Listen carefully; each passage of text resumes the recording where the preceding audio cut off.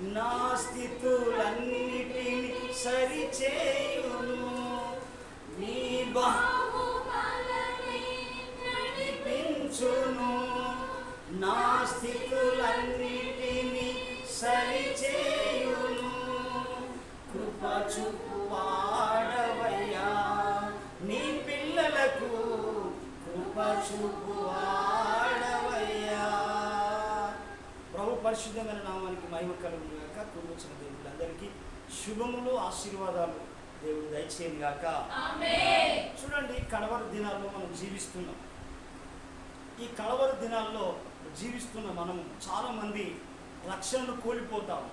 ఇశ్రాయేలు ప్రజలను ప్రభు మోషే నాయకత్వం కింద నడిపిస్తున్నప్పుడు ఇశ్రాయేలు ప్రజలు మోషే నడిపించినట్టుగా నడవలేదు. వాస్తవం మోషకు తిరుగుబడి చేసి తర్వాత ఏమైపోయిందంటే రాను రాను వాళ్ళు ఏం చేశారంటే దేవుని యొక్క రక్షణను నిర్లక్ష్యం చేసి, దేవుని యొక్క రక్షణను నిర్లక్ష్యం చేసి ఏం చేసిందంటే ఆ రక్షణ నిర్లక్ష్యం చేసి అరణ్యంలోనే నశించిపోయినట్టుగా దేవుని యొక్క లేఖన భాగాలు మనకు కనబడుతుంది.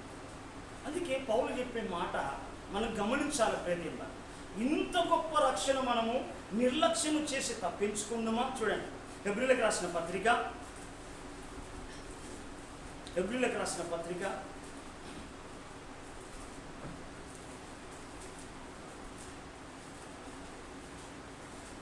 2వ అధ్యాయము 3వ వచనం. ఇంత గొప్ప రక్షణను మనం నిర్లక్ష్యము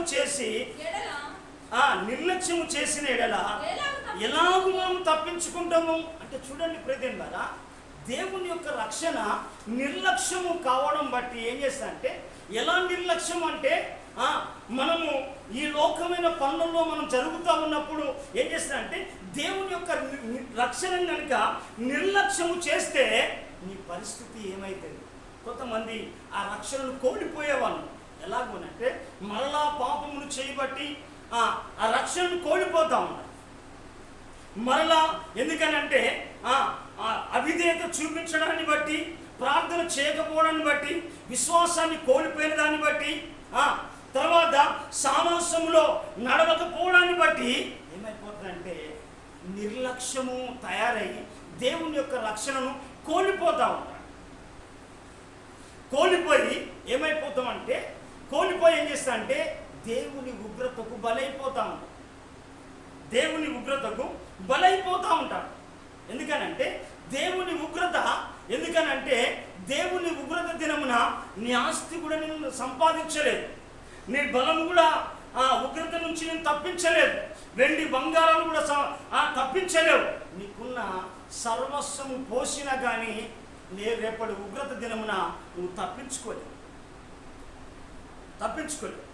అందుకే ప్రియమైన వారా, మనము ఎందుకు అనంటే దేవుని యొక్క లేఖన భాగాలు ఎందుకనంటే ఇలాగున అందరూ కూడా నిర్లక్ష్యము చేసి అవిధేయత వలన, ఎందుకనంటే వారి పైకి ఏమొచ్చిందంటే దేవుని ఉగ్రత దిగి వచ్చినట్టుగా దేవుని లేఖన భాగాల్లో మనం చూడవచ్చు. దేవుని యొక్క లేఖన భాగాల్లో మనం చూడండి ప్రియమైన వారా, మనము దేవుని ఉగ్రత మనం దిగి వచ్చినట్టుగా మనం బైబిల్ లేఖన భాగాల్లో మనం చూడవచ్చు. చూడండి, బైబిల్లో మొట్టమొదటిగా అవిధేయత అనేది మనం చూడవచ్చు. చూడండి, కొలస్సీలకు రాసిన పత్రిక 3వ అధ్యాయము 3వ అధ్యాయం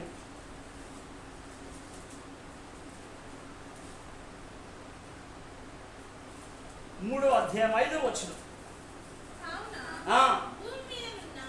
భూమి మీద నున్న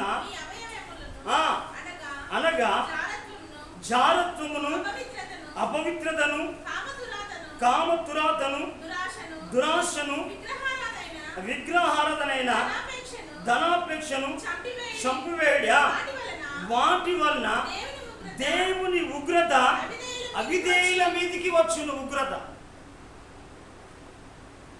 అవిధేయత అనేది ఎందుకనంటే దేవునికి విధేయత చూపించకపోవడం, ప్రార్థనకు విధేయత చూపించకపోవడం, వాక్యానికి విధేయత చూపించకపోవడం, దేవుడు అంటే విధేయత లేకపోవడాన్ని బట్టి దేవుని ఉగ్రత ఎందుకనంటే ఈనాడు కూడా చాలా మంది జీవితాల్లో ఏమైపోయిందంటే రక్షణ అంటే ఎంతో సులభంగా, దేవుడు అంటే చీపుగా వేసుకుంటారు. అందుకే ప్రియదేని ద్వారా మరొక మాట మనం గనక చూస్తే ప్రియదేని ద్వారా మనము ఎఫెసీయులకు రాసిన పత్రిక చూడండి 2వ అధ్యాయము, ఎఫెసీయులకు రాసిన పత్రిక 2వ అధ్యాయము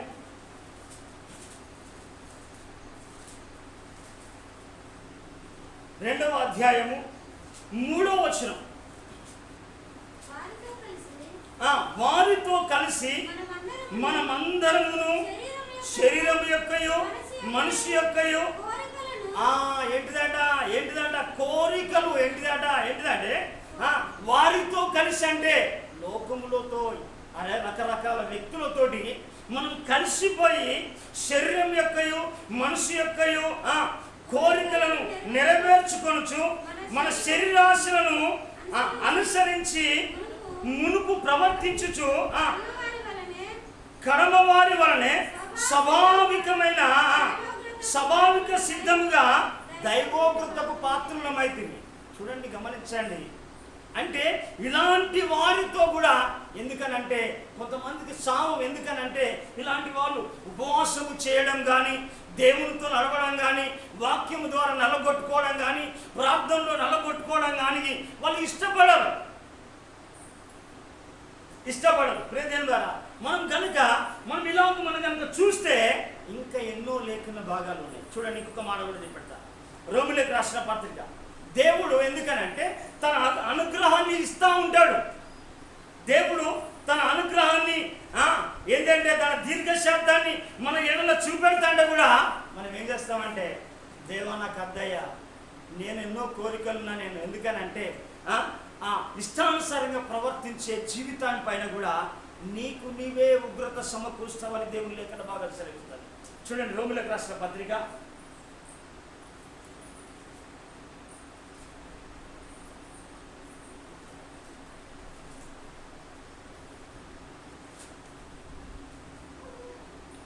2వ అధ్యాయము 4-5 వచనాలు మనం చదువుదామా? లేదా దేవుని అనుగ్రహము మారు మనసు పొందుటకు నిన్ను ప్రేరేపించుచున్నదని ఎరుగక ఆయన అనుగ్రహ ఐశ్వర్యమును, సహనమును, దీర్ఘశాంతమును తృణీకరించుదువా. చూడండి ప్రియదేని ద్వారా, ఎందుకనంటే మనం చూడవచ్చు. ఎందుకనంటే నువ్వు ఎందుకు రక్షణ పొందినవు, ఎందుకు బాప్తిసం పొందినవు, ప్రభుతో నడవాలని ఎందుకు నిర్ణయం తీసుకొని ఇప్పుడు అంతా నిమ్ముకు నీరెత్తనట్టుగా నడుపుతున్నా పోతున్నా అని నీ ఇష్టానుసారంగా జనమత్తనము ఆటోలు కట్టుకొని ఎన్నో ప్రయాణాలు చేస్తాడు. కానీ దేవుడు అంటే దేవుని యొక్క అనుగ్రహాన్ని, దేవుడిచ్చే ఆయుష్ను, దేవుడిచ్చే కృపను, దేవుడిచ్చే శాంతమును ఏం చేస్తానంటే తృణీకరిస్తా ఉన్నారు ప్రజలు. చదువుదామా? ఏంటిదట? హృదయ కాఠిన్యము. నీ కాఠిన్యం అంటే అన్ని విని కూడా, అన్ని తెలుసుకొని కూడా హృదయాన్ని కఠినపరచుకోవడం.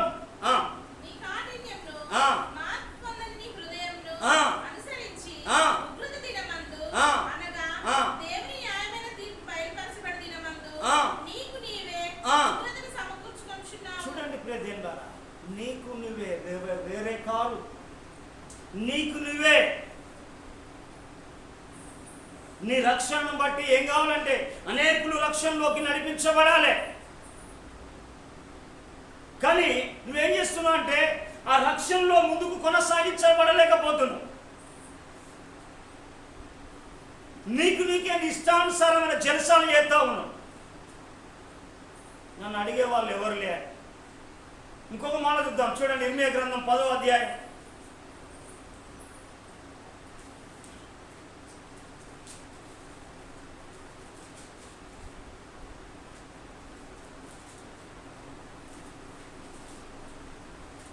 10వ అధ్యాయం 25వ వచనమా? నిన్ను ఎరుగని అన్యజనుల మీదను నీ నామమును బట్టి ప్రార్థింపని వారి మీదను నీ ఉగ్రతను కుమ్మరించుము. చూడండి ప్రజల ద్వారా మనం ఎందుకు అని అంటే దేవుని పిల్లలు ప్రార్థించేవారు, దేవుని పిల్లలు ప్రార్థించేవాళ్ళు. ప్రియదేవుని ద్వారా మనం గమనించాలి. ఎందుకు అని అంటే రేపు రాబోయే ఉగ్రత దినమందు ఏం చేస్తానంటే నీ ఆస్తి కానీ నీ బలము కానీ ఏం కావాలంటే కాపాడలేదు. ఇంత గొప్ప లక్ష్యాలను నిర్లక్ష్యం చేసి నువ్వు ఏ విధము చేత కూడా నువ్వు తప్పించుకోలేవు. అందుకే మనం గమనించాలి ప్రదేమరా. అందుకే మోషే భక్తుడు కూడా ప్రార్థన చేసి, ఎందుకనంటే ఆయన ప్రార్థన చేసి ఏం చెప్తున్నాడంటే, ఎందుకనంటే ఆ ఇశ్రాయేలు ప్రజలతోటి ఎంత విసిగిపోయిండో మోషే, తన నాయకత్వంలో ఎంత విసిగిపోయిండో, ఎంత వేసారిపోయిండో. మనం వేసారిపోయి ఆ ప్రాంతంలో దేవుడు బయలుపరిచినప్పుడు ఒక విషయాన్ని ప్రస్తావన చేస్తాడు 90వ కీర్తనలో. 90వ కీర్తనలో చూడండి, 90వ కీర్తన 7వ వచనం మనం చదువుదామా. నీ కోపం వలన మేము క్షీణించుచున్నాము, నీ ఉగ్రతను బట్టి దిగులు పడుచున్నాం. ప్రేదేవ మనం ఈనాడు ఎందుకనంటే ఎలాంటి ఉగ్రత దేవుని పిల్లల పైన పనిచేస్తూ ఉన్నది. ఎందుకనంటే అక్కడ అంటే మాట ఏంటిదంటే నీ ఉగ్రతను భరించుచునే దిగులు పడుచున్నాం. ఎందుకంటే ప్రేదేవుని ద్వారా దేవుని యొక్క లేఖన భాగాన్ని కనుక మనం పరీక్షిస్తే మనం చూడండి ప్రేదేవుని ద్వారా. ఎందుకు అనంటే మనము దేవుని ఉగ్రతకు పాల్గొనడానికి దేవుని నియమించలే. దేవుని ఉగ్రతకు పాల్గొనడానికి దేవుడు ఆ ఉగ్రత కొరకు నియమించలేదు. దేవుని ఆ ఉగ్రత కొరకు మనల్ని నియమించలే. ఎందుకనంటే మనం దేవుని యొక్క లేఖన భాగాలు కనుక మనం చూస్తే ప్రేదేవుని ద్వారా మనం చూస్తే మనం కనుక ఇక్కడ దేవుని యొక్క లేఖన భాగం చూడండి. ఎందుకు అనంటే దేవుని యొక్క ఉగ్రత కొరకు మనల్ని నియమించలేదు అని దేవుని యొక్క లేఖనం చూడండి. తెస్సలోనికీయులకు రాసిన పత్రిక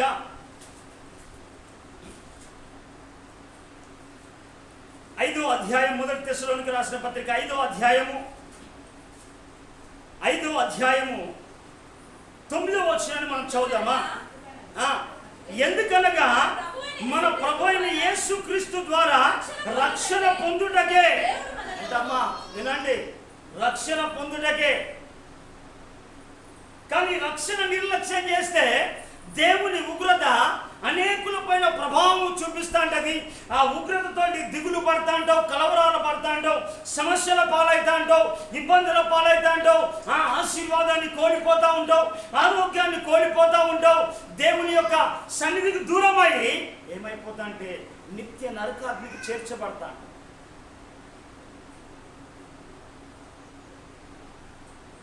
దేవుని రక్షణ విలువ తెలియదు, దేవుని విలువ తెలియదు, దేవుని వాక్యం విలువ తెలియదు.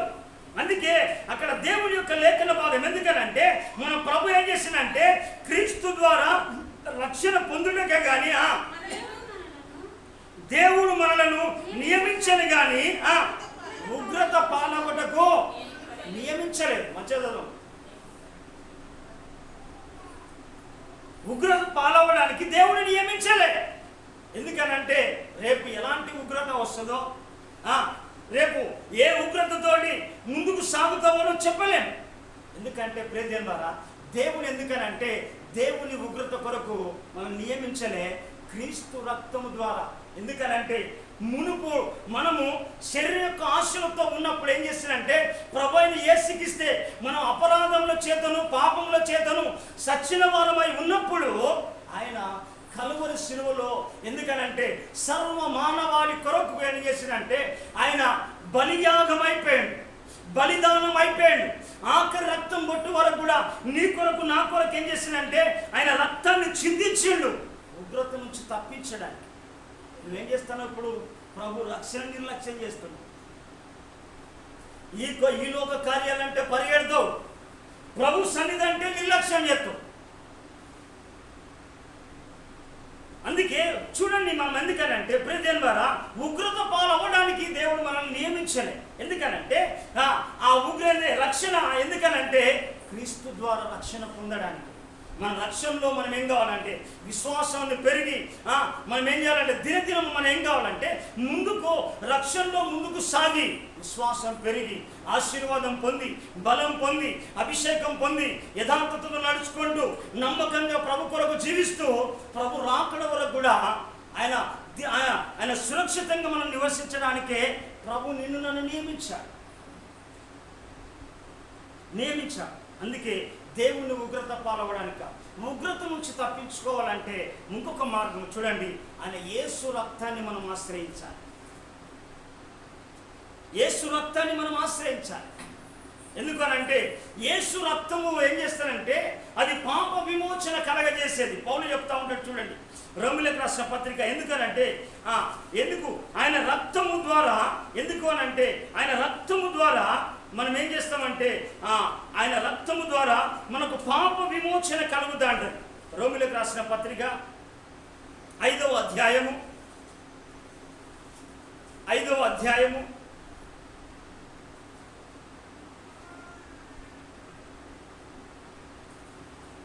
8-9 వచనం చదువుదామా. అయితే దేవుడు మన యెడల తన ప్రేమను వెల్లడిపరచుచున్నాడు. ఎట్లనగా ఇంకను పాపులమై ఉండగానే క్రీస్తు మన కొరకు చనిపోయాను. కాబట్టి ఆయన రక్తం వలన ఇప్పుడు నీతిమంతునిగా తీర్చబడాలి. అంటే నువ్వు రక్తము ద్వారా ఏం చేస్తావంటే ప్రతి దినం కడగబడాలి. ప్రతి దినం కడగబడతా అంటే క్రీస్తుతో సమాధాన పడతాడు. క్రీస్తులో సమాధానం కలిగి శాంతి కలిగి రక్షణ కలిగి నీతిమంతులుగా తీర్చిదిద్దబడి నిత్య రాజ్యానికి సిద్ధపడతాడు. ఆయన రక్తాన్ని ఆశ్రయించకుండా, ఆయన రక్తంలో కడగబడకుండా, ఆయన రక్తం ఎందుకనంటే బయట దేహాన్ని నీళ్లతో కడుక్కుంటావు, కానీ అంతరంగంలో ఉన్న పాపము పరిశుద్ధమైన రక్తం ద్వారా మాత్రమే కడగబడతాడు. ఆయన రక్తం ద్వారానే కడగబడతాడు. ఎందుకనంటే యేసు ప్రభును ఆయన బల్యంతో ఆయన బందిపోట్లు వాళ్ళు పొడిచినప్పుడు, సైనికులు పొడిచినప్పుడు యేసును బల్యంతో పొడిచినప్పుడు నీరు రక్తము కారి, నీరు భౌతికమైన దేహాన్ని కడుక్కోవడానికి, రక్తము పాపాన్ని శుద్ధి చేసుకోవడానికి. చదవమా.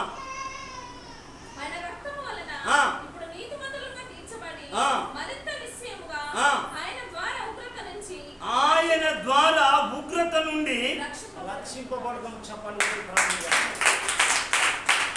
ఎందుకంటే ఆయన రక్తాన్ని నువ్వు ఎప్పుడు కూడా ఆయన రక్తాన్ని ఆశ్రయించాలి. ప్రార్థించినప్పుడల్లా, ప్రభు సన్నిధిలో గడుపుతున్నప్పుడల్లా.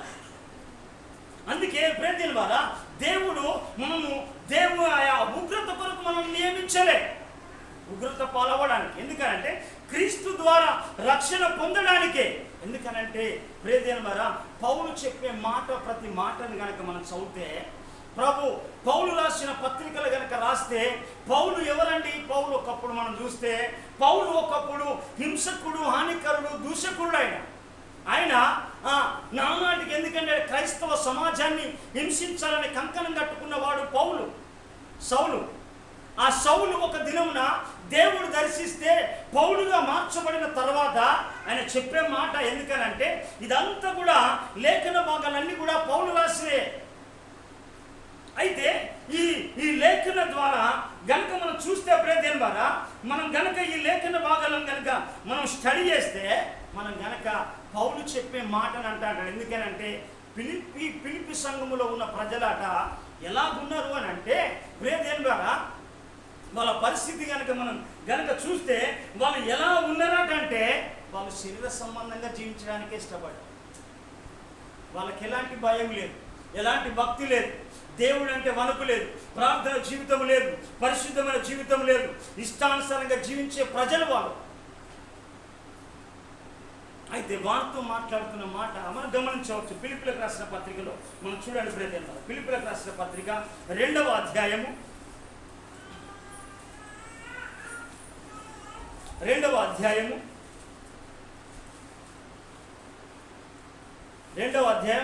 చూడండి 12వ వచనాన్ని మనం చదువుదాం. కాగా నా ప్రియులారా, మీరు ఎల్లప్పుడూ విధేయులై ఉన్న ప్రకారము, ఎప్పుడాట, ఎల్లప్పుడు అంటే ఎప్పుడాటమ్మా, అప్పుడప్పుడు రావాలి, అప్పుడప్పుడు పోవాలి. అక్కడ ఏమంటాడంటే, కాగా నా ప్రియులారా అంటాడు, ప్రేమతో చెప్తా ఉన్నాడు, మీరు ఎల్లప్పుడూ విధేయులై ఉన్న ప్రకారము నా ఎదుట ఉన్నప్పుడు మాత్రమే కాదు. చూడండి, నా ఎదుట ఉన్నప్పుడే కాదమ్మా, నువ్వు కాలేజీలో ఉన్నా, తర్వాత నువ్వు ఉద్యోగంలో ఉన్నా, నువ్వు పనిలో ఉన్నా, నువ్వు బజార్లో బట్టల షాప్లో ఉన్నా, నువ్వు ఎక్కడ ఉన్నా కానీ ఏం చేస్తానంటే నువ్వు ఎలా ఉండాలి అనేది ఇక్కడ చెప్తా ఉన్నాడు. చదవాలమ్మా, చూడండి, ఏమంటున్నాడు, నా ఎదుట ఉన్నప్పుడే మాత్రమే కాక మరి ఎక్కువగా నేను మీతో లేని ఈ కాలమందును కూడా, నేను లేని సమయంలో కూడా, హల్లెలూయా, నేనెల్లప్పుడూ యెహోవాను సన్నిధించెదను. స్వరం రావాలి.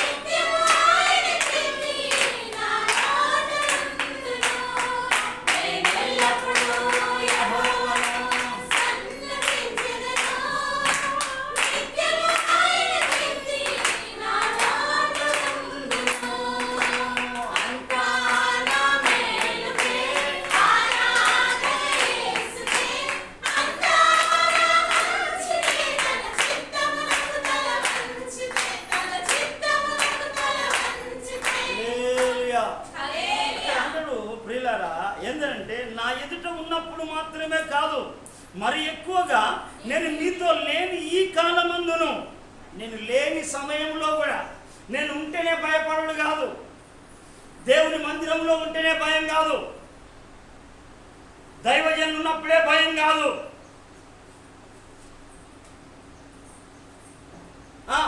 వారి ముందటే ఉన్నప్పుడే కాదు, దేవుని నమ్ముకున్న వారి ఎదుట ఉన్నప్పుడే కాదు. ఎందుకనంటే అక్కడ అంటాడు, నేను లేని ఈ కాలమందును కూడా భయముతోను వణుకుతోను మీ సొంత రక్షణను కొనసాగించండి. ఏ రక్షణను? సొంత రక్షణ. ఎందుకనంటే ఈ రక్షణనే నిర్లక్ష్యం చేస్తే ఉగ్రతకు పాలవుతావు, నిత్య నరకానికి చేర్చబడతావు. చిన్నగా రక్షణ నిర్లయం చేస్తే పాపం చేస్తానికి కూడా అలవాటు పడతావు, త్రాగడానికి అలవాటు పడతావు, విలాసవంతమైన కార్యాలకు అలవాటు పడతావు, ఇష్టానుసారం కూడా ప్రవర్తిస్తావు. వస్తే వద్దావు, లేకుండా లేదు.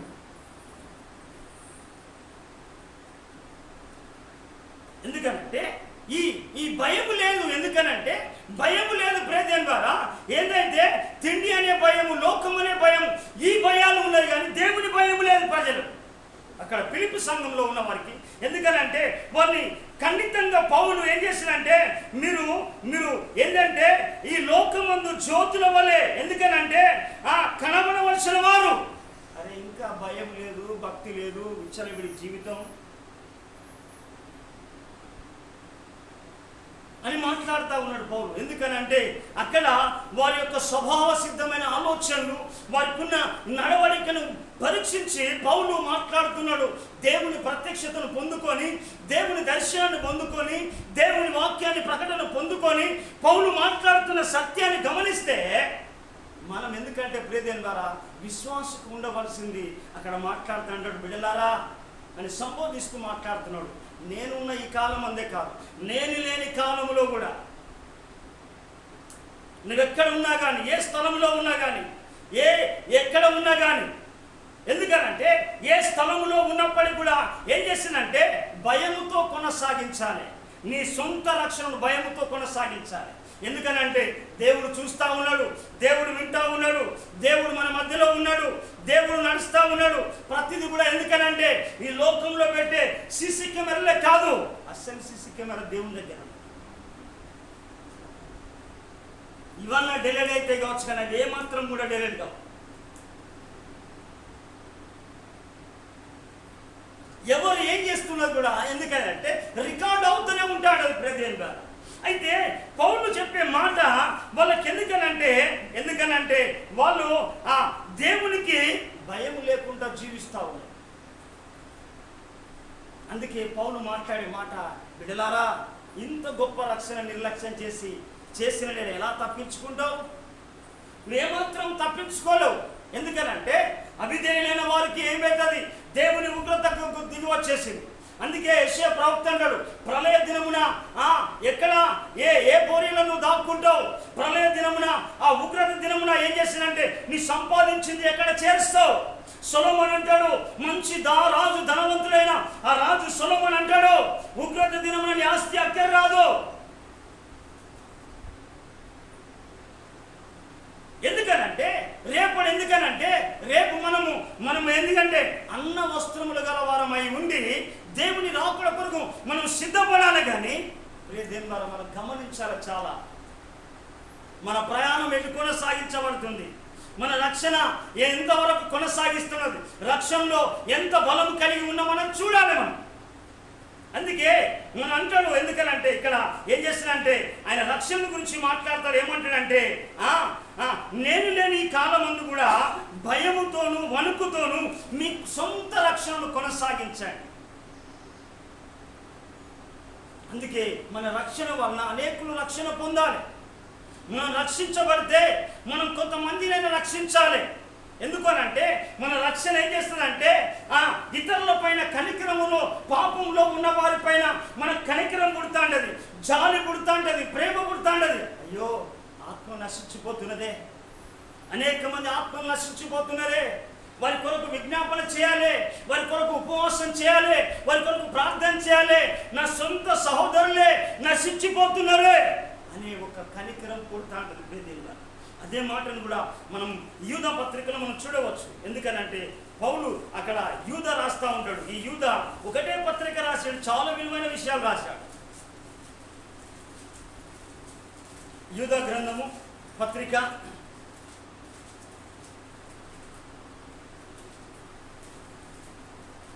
22వ వచనం, సందేహపడు వారి మీద కనికరము చూపుడి, అగ్నిలో నుండి లాగినట్టు కొందరిని రక్షించండి. అందుకే యేసు ప్రభు చెప్పాడు, ఎందుకనంటే కొందరు రక్షించాలి. ఎందుకనంటే రక్షిస్తున్నావా, భక్షిస్తున్నావా?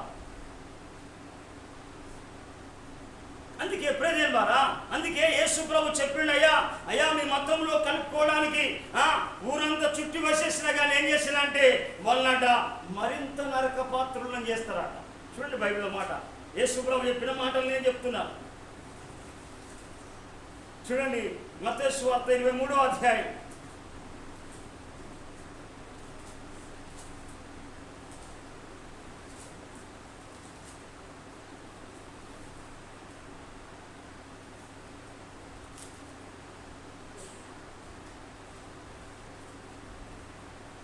23వ అధ్యాయం 15వ వచనం, అయ్యో వేషధారులైన శాస్త్రులారా, పరిసయ్యులారా, ఒకరిని మీ మతంలో కలుపుకొనుటకు మీరు సముద్రమును భూమిని చుట్టి వచ్చేదరు. అతడు కలిసి వచ్చినప్పుడు ఏంటిదట? అతడు కలిసి వచ్చినప్పుడు అతన్ని మీకంటే రెండంతలు నరకపాత్రులుగా చేస్తాడు. నీ క్రియలు ఏంటున్నది? నువ్వు రక్షణ పొందగానే ఉంటుంది. నీ రక్షణ కొనసాగిస్తాంటే విశ్వాసం పెరగాలి, పరిశుద్ధత పెరగాలి, ప్రార్థన జీవితాన్ని పెరగాలి, నమ్మకత్వాన్ని పెరగాలి, ప్రభు దేవుని యొక్క ఆశీర్వాదాన్ని పొందుకోవాలి. దేవుడే సత్యము, సర్వము, నిత్యమని దేవునితో కొనసాగించవలసిన వాడు. అక్కడ అంటాడు, ఒక్కరిని మీ మతంలో కలపడానికట ఎందుస్తారట? సముద్రమును భూమిని చుట్టి వచ్చేసి ఏం చేస్తారట? అతన్ని ఏం చేస్తారట? రెండంతలుగా నరకత్తుల పాత్రలుగా చేసేది ఎవరు? రక్షణ పొందిన రక్షణ నిర్లక్ష్యం. మన మందిరానికి వెళ్ళాలి, దేవుని యొక్క యాత్రలో ముందుకు సాగాలి. మనము నడిచిస్తే రేపటికి రథసారథిగా మనం ఉండవలసిన దేవుని పిల్లలం మనం. కానీ ఏమైపోయింది? ఒక్కరిని కూడా నడిపించాలి, నరకానికి నడిపిస్తాం.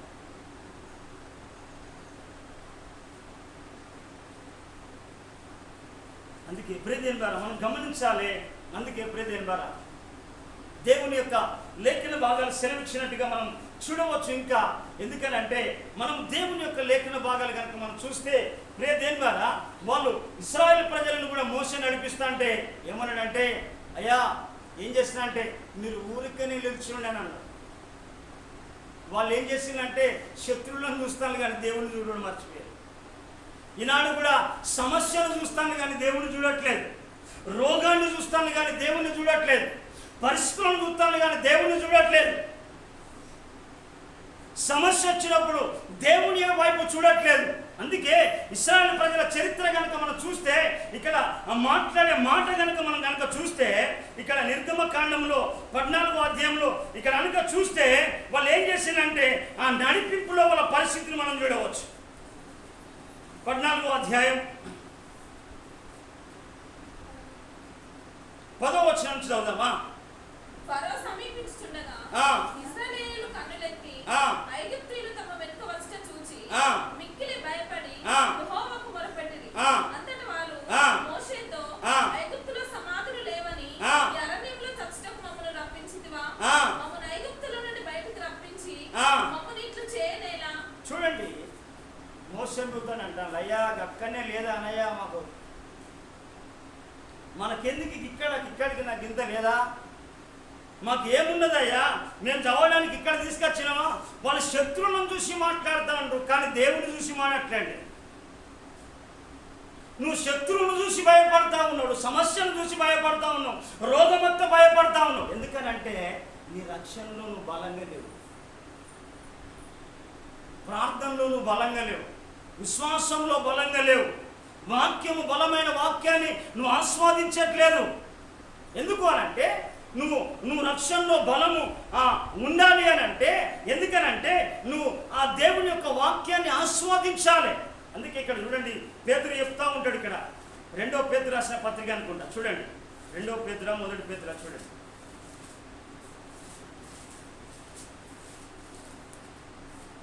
ఆ 1వ పేతురు రాసిన పత్రిక 2వ అధ్యాయము మొదటి 3 వచనాలు చూద్దామా. ప్రభు దయాళుడని మీరు రుచి చూచిన ఎడల సమస్తమైన దుష్టత్వమును, సమస్తమైన కపటమును, వేషధారణను, అసూయను, సమస్త దూషణ మాటలను మాని కొత్తగా జన్మించిన శిశువులను పోలిన వారై. చూడండి, నిర్మలమైన వాక్యము పాలవలన. చూడండి, కొత్తగా జన్మించిన శిశువులను పోలిన వారయ్యా, నిర్మలమైన వాక్యమును పాల వలన రక్షణ విషయంలో ఎదుగు నిమిత్తము ఆ పాలను అపేక్షించండి. మరికి ఏ పాలు లేవా? అవే పాలు, అబ్బరే పాలు. మనం ఈ వాక్యము చదవము. ఎందుకనంటే మనకేంటంటే ఏదో, ఎందుకనంటే ఇదే రక్షణ అనుకుంటా ఉన్నారు, అదే పరలోకం అనుకుంటున్నా. బ్యాప్టిజం తీసుకోవాలని అయిపోయింది అయ్యా, మాకిన్నా ఏంది, ఈ పాస్టర్ చెప్తేనేనా అనుకుంటావు. వాక్యాన్ని చూడు కరెక్ట్గా. రేపటికి నువ్వే డిసైడ్ కావాలని ఆలోచన. అందుకే ఇక్కడ మాట్లాడే మాట, అందుకే అక్కడ ప్రజలు ఏం చేస్తారంటే, ఇక్కడ మోసే అంటాడు. అమ్మా మోసే ఏం చెప్తాడంటే, ఇక్కడ మనం చూడవచ్చు 12వ వచనం చూడండి. 12వ వచనం చెప్తాడు 14వ అధ్యాయంలో. ఇక్కడ చూడండి, అక్కడ ఏమంటాడమ్మా, ఎందుకంటే మా జోలికి రావద్దు,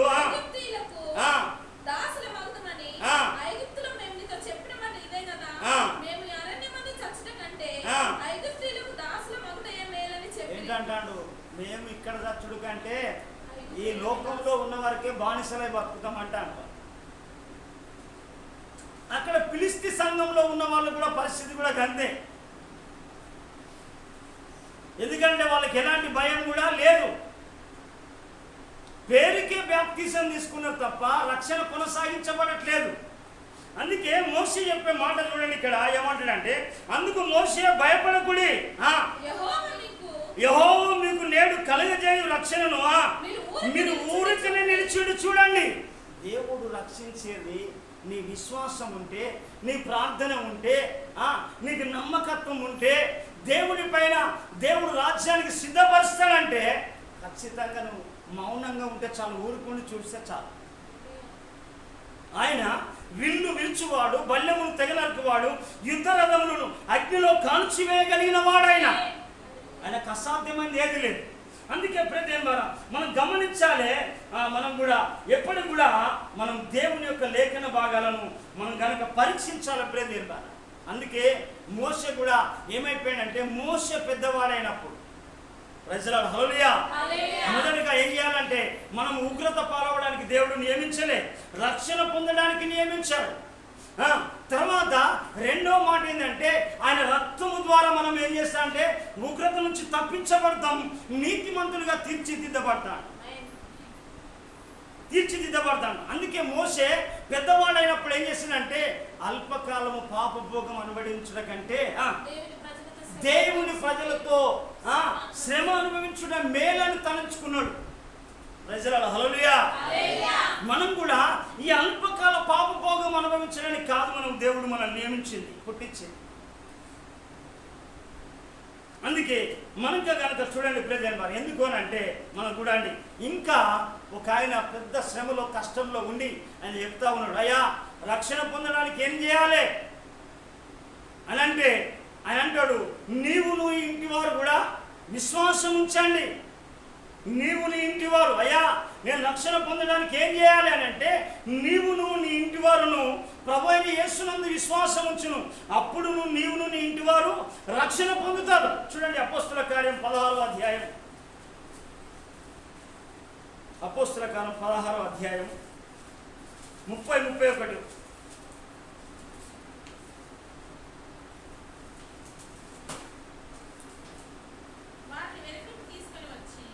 అమ్మా 16వ అధ్యాయం 30-31. అయ్యలారా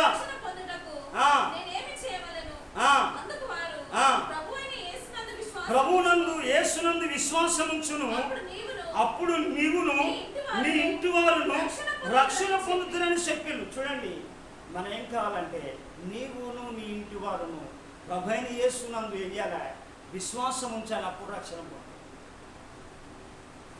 మనం అన్ని చేస్తాం కానీ విశ్వాసం ఉంచాం, అన్ని చేస్తాం కానీ ప్రార్థన చేయం.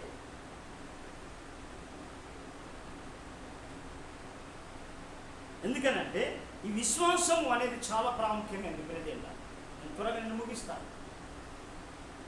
ఎందుకనంటే అక్కడ ఆయన పరిస్థితుల నుంచి అక్కడ చెప్పాడు. ఎందుకనంటే అక్కడ అంటాడు, అయ్యలారా రక్షణ పొందులకు నేనేం చేయవలను అని అంటే, అందుకు వారు అన్నారు, ప్రభువైన యేసునందు విశ్వాసం ఉంచుము, అప్పుడు నీవును నీ ఇంటి వారును రక్షణ పొందుతావు. మనం ఎంత విశ్వాసం ఉంటే మన కుటుంబం అంతా రక్షణ పొందాడు. అందుకే పౌలు చెప్పే మాట ఎప్పుడు కూడా ఎవ్రీ సంఘాన్ని రాస్తాడు, అయ్యా విశ్వాసం లేకుండా దేవునికి ఇష్టడై ఉంటే అసాధ్యం. అందుకే విశ్వాసం అనేది ఎందుకనంటే, దేవుని పైన విశ్వాసం ఉంచాలే కానీ చాలామంది ఎందుకంటే చిన్న బలి గుర్తే భయపడతారు, ఇక పరిస్థితులకు భయపడతారు. మరొక మాట చెప్పేసి నేను ముగిస్తాను. రోమిలకు రాసిన పత్రిక 10వ అధ్యాయం 12-13 వచనాలు చదువుదామా. యూదుడని క్రీస్తు దేశస్థుడని భేదము లేదు, ఒక ప్రభువే అందరికి ప్రభువై ఉండి తనకు ప్రార్థన చేయు వారందరి ఎడల కృప చూపుటకు ఐశ్వర్యవంతుడై ఉన్నాడు. చప్పలు కొట్టి ప్రభుని. మనం అన్ని చేస్తాం కానీ ప్రార్థన అయితే కష్టం. ఏ ప్రార్థన కనకాదు, ఎందుకంటే కడుపు ఇంత తిన్నట్టే సరిపోయా. పిలిపిల సంగతి, పిలిపిలు అంటేనే శరీర సంబంధం.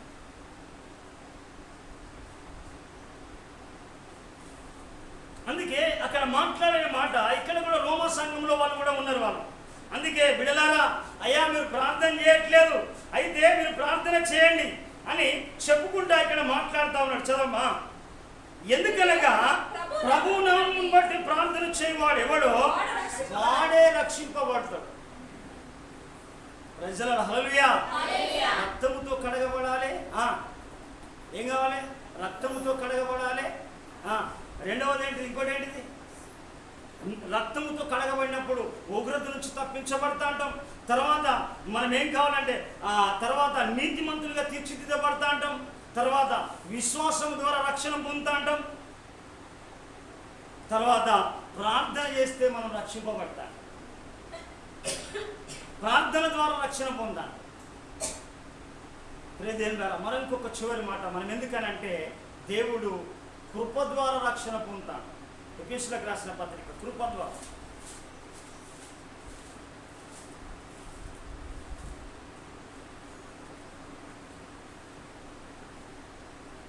ఎఫెసీయులకు రాసిన పత్రిక 2వ అధ్యాయము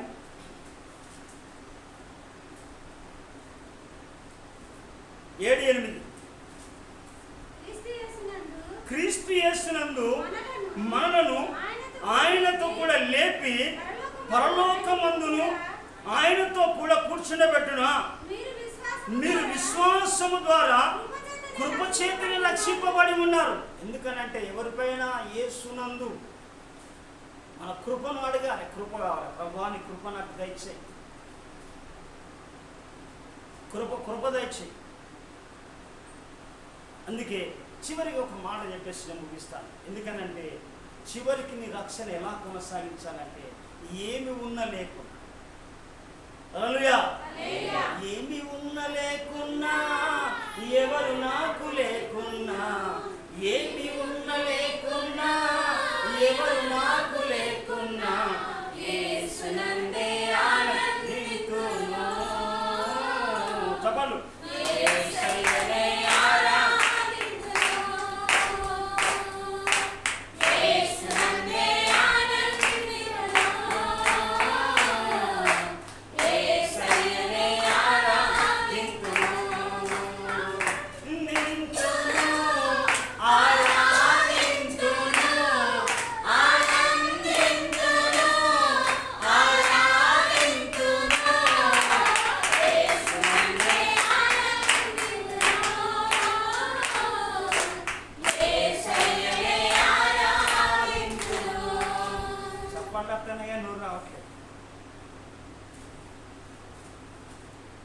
అందుకే విశ్వాసం ఉంచడం కానీ ప్రార్థన చేయడం కానీ అన్నీ ఉన్నప్పుడు అనుకూలంగా చేయడం కాదు, ప్రతికూలమైన పరిస్థితుల్లోనే దేవునికి రక్షణ కొనసాగించాలి.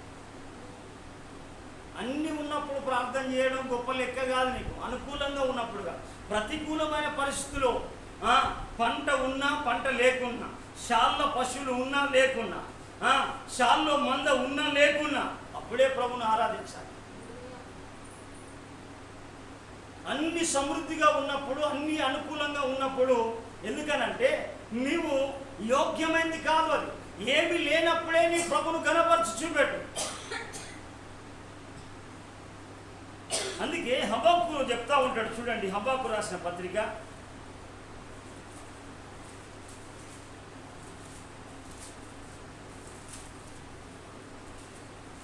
3వ అధ్యాయము 3వ అధ్యాయం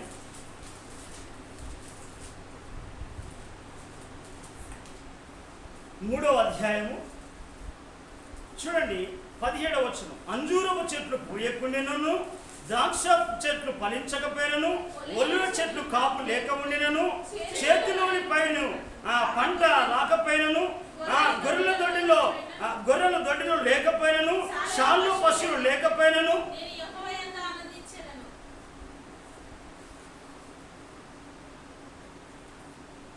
మనం అన్ని కరెక్ట్. ఎందుకనంటే అక్కడ ఫిలిస్తీ సంఘ ఫిలిప్పీలు వాళ్ళంతా ఇలాంటి వాళ్ళంటే అన్నప్పుడే చప్పలు కొట్ట. కానీ హబక్కు మనం చూడొచ్చు. ఎందుకనంటే ఆయనకున్న విశ్వాసం, ఆయనకున్న దేవుని పైన నమ్మకం, అతనికి ఉన్న యథార్థత, దేవుడు ఆశీర్వదిస్తాడు. నాకు ఏమున్నా లేకున్నా చాలు, నాకు దేవుడు ఉంటే చాలు, నాకు దేవుడు ఉంటే చాలు. నేను కూడా అదే విశ్వాసంతో కొనసాగించబడినా. నేను ఏమి పూటకు కూడా తిండి లేనప్పుడు కూడా నీ పొరుగు వాడిని ఆశించే దాన్ని పక్క ఇంటి వాళ్ళు కూడా అన్నం అడగలేదు. పస్తులైనా ఉన్నగా డబ్బు ఇంటికి తెచ్చిస్తే కూడా తీసుకోలే, వద్దని చెప్పిన అమ్మ వద్దు, నువ్వు డబ్బు ఇవ్వద్దని చెప్పి. అలాంటి విశ్వాసమే. ఎందుకనంటే రేపు నిత్య ఆనందం కలగజేసేది. అక్కడ అంటాడు, ఏం చేసినంటే నేను ఏమి లేకపోయినా, షాల్లో పశువులు లేకపోయినా నేను యెహోవా యందు ఆనందించేదను, నా రక్షణకర్త అయిన నా దేవుని యందు నేను సంతోషించేదను. ఎందుకు ఆ సంతోషం? ఎందుకు సంతోషం? నువ్వు అన్నుంటే జల్సా చేస్తాను, అది విశ్వాసం కాదు, అది రక్షణ కాదు. ఏమీ లేని సందర్భంలో, ఎందుకనంటే అక్కడ చూడండి, ఏమీ లేని సందర్భంలో ఆయన అంటాడు. ఎందుకనంటే అంజూరపు చెట్లు పూయకున్న పర్లే, ద్రాక్ష చెట్లు ఫలింపకున్న పర్లే, ఒలివ చెట్లు కాపు కాయకున్న పర్లే, చేతిలోని పంట చేతికి రాకపోయినా పర్లేదు. అంటావా? నేను ప్రభులో ఉన్నప్పుడు నిజమైన ఆనందాన్ని అలా నేను ఆనందించగలను. హబాకు ఎందుకనంటే ఈ హబాకు విశ్వాసాన్ని నేను అనుసరించగలిగిన. నీ జీవితంలో నిజమైన ఆనందం, నిజమైన సంతోషం అలాగా ఉంటే నీ జీవితంలో ప్రభు ఎనలేని అద్భుతాలు, ఎనలేని కార్యాలు, ఎనలేని ఆశీర్వాదములు, ఎనలేని విధంగా నీ కుటుంబాన్ని, నీ పిల్లల్ని ఆశీర్వదిస్తాడు. అక్కడ అంటాడు, ఏమంటాడంటే ప్రభువు యెహోవాయే నా బలము. ఎందుకు ఆనందించడానికి కారణం ఏంది? ప్రభు అయిన యెహోవాయే నా బలము, ఆయన నా కాళ్ళను లేడి కాళ్ళ వల్ల చేయును, ఉన్నతమైన స్థలములను ఆయన నడవజేస్తాడు. మనం ఎందుకనంటే ప్రియదేవుని ద్వారా అదే రక్షణ జీవితం. అది ఈ రక్షణ లేని వాళ్ళు ఏం చేయాలంటే దేవునితో ఆనందించలేరు, దేవునితో నడవలేరు. ఎందుకనంటే వాళ్ళకి ఎప్పటికి కూడా పుట్టెడు కష్టము, పుట్టెడు దుఃఖము, పుట్టెడు నష్టము, పుట్టెడు రోగాలతో సమస్యలు తయారవుతాయి. ఎందుకనంటే దేవునితో నడవలేని జీవితాలకి. అయ్యా ఆయన అనే మాట ఏంటంటే నాకేం లేకున్నా పర్లేదు, దేవుడు ఇచ్చే చాలు. అందుకే ప్రియదేవుని మాట. ఎందుకు అనంటే దేవుడు మనం చెప్పినట్టుగా మనం చూడవచ్చు. ప్రియదేవుని ద్వారా మనం గమనించండి, మనం చూస్తే ఇక్కడ గనుక మనం చూడవచ్చు, ఆయన నల్ల